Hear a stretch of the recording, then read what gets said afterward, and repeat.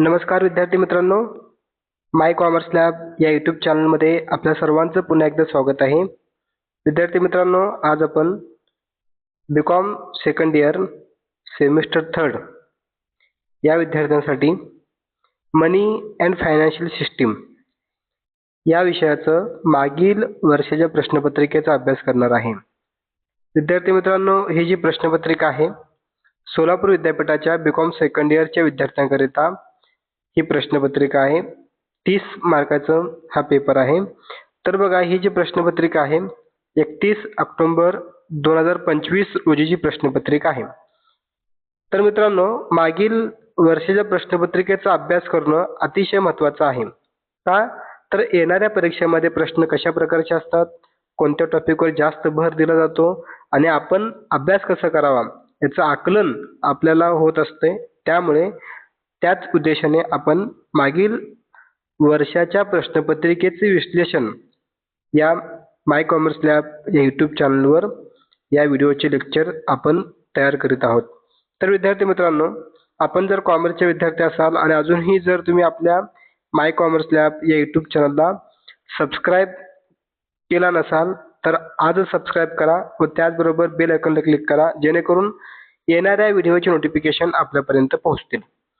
बघा, प्रश्न पहिला अ, योग्य पर्याय निवडा.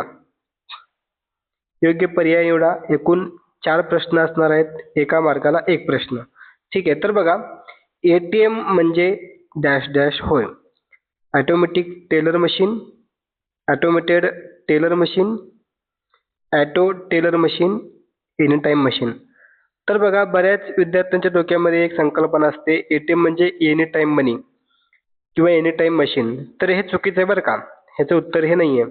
एटीएमचं जे फुल फॉर्म आहे तर ते आहे ऑटोमेटेड टेलर मशीन. ऑप्शन क्रमांक बी हे या प्रश्नाचं योग्य उत्तर आहे. बघा, एटीएमचं full form automated teller machine.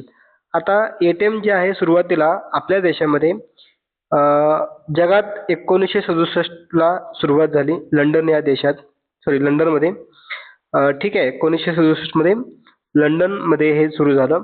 त्यानंतर आपल्या भारतात पहिल्यांदा 1987 मध्ये एटीएम लॉन्च केलं गेलं. कोणत्या बँकेच्या मार्फत? तर HSBC या बँकेच्या मार्फत. HSBC म्हणजेच हाँगकाँग अँड शांघाय बँकिंग कॉर्पोरेशन या बँकेने 1987 मध्ये आपल्या देशात पहिल्यांदा एटीएम लॉन्च केलेला आहे. ठीक आहे, लक्षात ठेवा. हे पण 1987 पासून एटीएम आपल्या भारतात एटीएमची सुविधा सेवा सुरू झालेली आहे. ठीक आहे. कोणती बँकेने सुरू केलंय? तर HSBC म्हणजेच हाँगकाँग अँड शांघाय बँकिंग कॉर्पोरेशन या बँकेने ही सुरुवात केलेली आहे. पुढे दुसरा जो प्रश्न आहे बघा, टिंबटिंब याचे खाते बँकेत उघडता येत नाही. भारतीय नागरिक, अशिक्षित व्यक्ती, मानसिक व्यंग व्यक्ती, वरील सर्व. तर बघा, खालीलपैकी कोणत्या व्यक्तीचं बँकेमध्ये खातं अकाउंट उघडता येत नाही असा आपला प्रश्न विचारलाय. तर बघा, भारतीय नागरिकांना अकाउंट ओपन करता येते. अशिक्षित व्यक्ती त्यांना देखील येते. तर मानसिक व्यंग व्यक्ती जे आहेत त्या व्यक्तींना अकाउंट उघडता येत नाही, कारण तो व्यक्ती हा स्वतःहून करार करू शकत नाही. त्यामुळे त्याचे स्वतंत्र खाते उघडता येत नाही. त्याला जॉईंट अकाउंट ओपन करता येतं. पालकाच्या वतीनं त्याला जॉईंट अकाउंट मात्र ओपन करता येते. वैयक्तिक अकाउंट मानसिक व्यंग असल्यामुळे तो करार करू शकत नसल्यामुळे कायद्यानुसार त्याचं अकाउंट ओपन करता येत नाही. ठीक आहे. पुढे बघा, तिसरा जो प्रश्न आहे, टिंबटिंब हे रोकड विरहित व्यवहाराचे माध्यम आहे.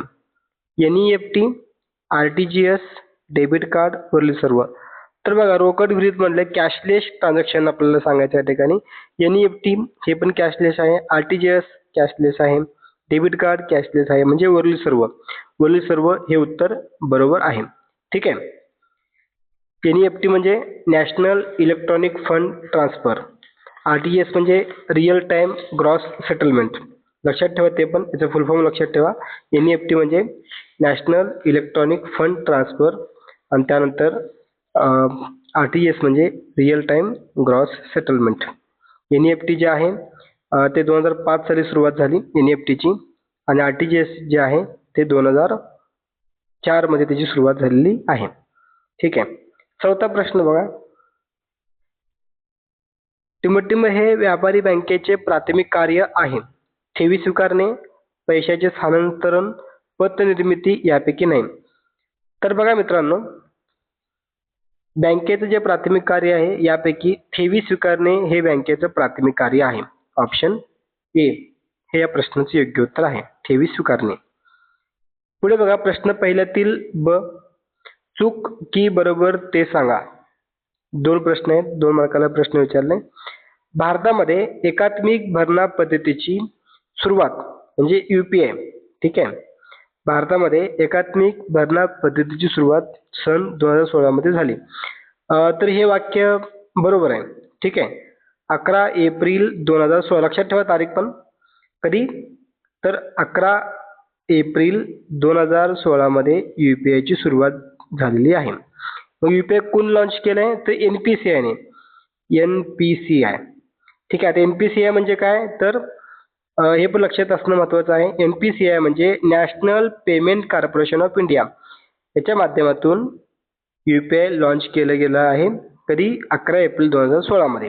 ठीक आहे. तर हे एक महत्त्वाची माहिती आहे. हे वाक्य बरोबर आहे. ठीक आहे. पुढे जाऊयात. दुसरा प्रश्न आहे, पतनिर्मिती हे व्यापारी बँकेचे प्राथमिक कार्य आहे. पतनिर्मिती व्यापारी बँकेचे प्राथमिक कार्य आहे का? नाही. व्यापारी बँकेचे प्राथमिक कार्य आहे ठेवी स्वीकारणे. तर पतनिर्मिती हे व्यापारी बँकेचं दुय्यम कार्य आहे किंवा त्याला आपण अनुषंगिक कार्य असं देखील म्हणू शकतो.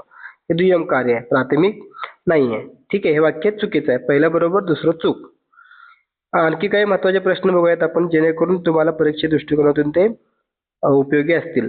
थोडक्यात उत्तर लिहा. 6 मार्काचे प्रश्न आहे. 3 मार्काला 1 प्रश्न, असे एकूण 2 प्रश्न आहेत.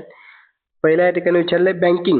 बँकिंग बद्दल माहिती लिहायचं आपल्याला. संकल्पना, अर्थ, व्याख्या, उदाहरण वगैरे तुम्ही या ठिकाणी लिहू शकता.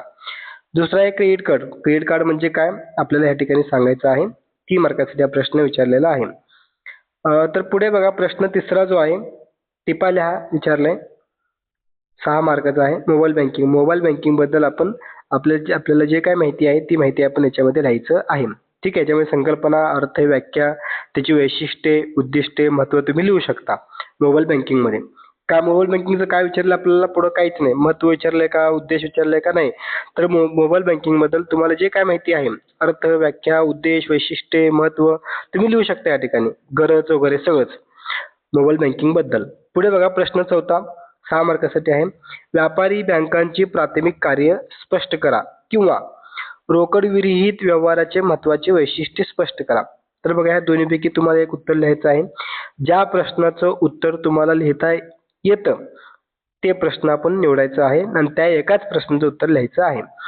पुढे 5वा प्रश्न आहे, खालील प्रश्नांचे उत्तर लिहा कोणताही एक. हे देखील 6 मार्काचं आहे.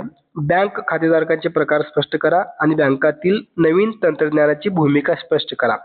कोणताही एक लिहायचं आहे. तर विद्यार्थी मित्रांनो, अशा पद्धतीने आज आपण या व्हिडिओमध्ये money and financial system BCom second year semester 3 या विद्यार्थ्यांकरिता महत्त्वाचं जे पेपर विश्लेषण आहे ते आपण त्याची माहिती या व्हिडिओच्या माध्यमातून बघितली. माहिती आवडल्यास, व्हिडिओ आवडल्यास लाईक करा. आपल्या जास्तीत जास्त विद्यार्थी मित्रांपर्यंत हा व्हिडिओ पोहोचवा, शेअर करा. आणि त्याचबरोबर अजूनही जर तुम्ही आपल्या चॅनलला सबस्क्राईब केलं नसाल तर चॅनल सबस्क्राईब करा व त्याचबरोबर बेल आयकॉनला क्लिक करा. आणि त्याचे जे PDF आहे, जर तुम्हाला क्वेश्चन पेपरचं PDF हवा असेल तर आपल्या माय कॉमर्स लॅब या टेलिग्राम चॅनलला जॉईन व्हा. तुम्हाला तिथून सगळे PDF डाउनलोड करता येतील. ठीक आहे. चला तर मग आता आपण थांबूया. पुन्हा भेटूया पुढील व्हिडिओमध्ये. तोपर्यंत सर्वांना नमस्कार.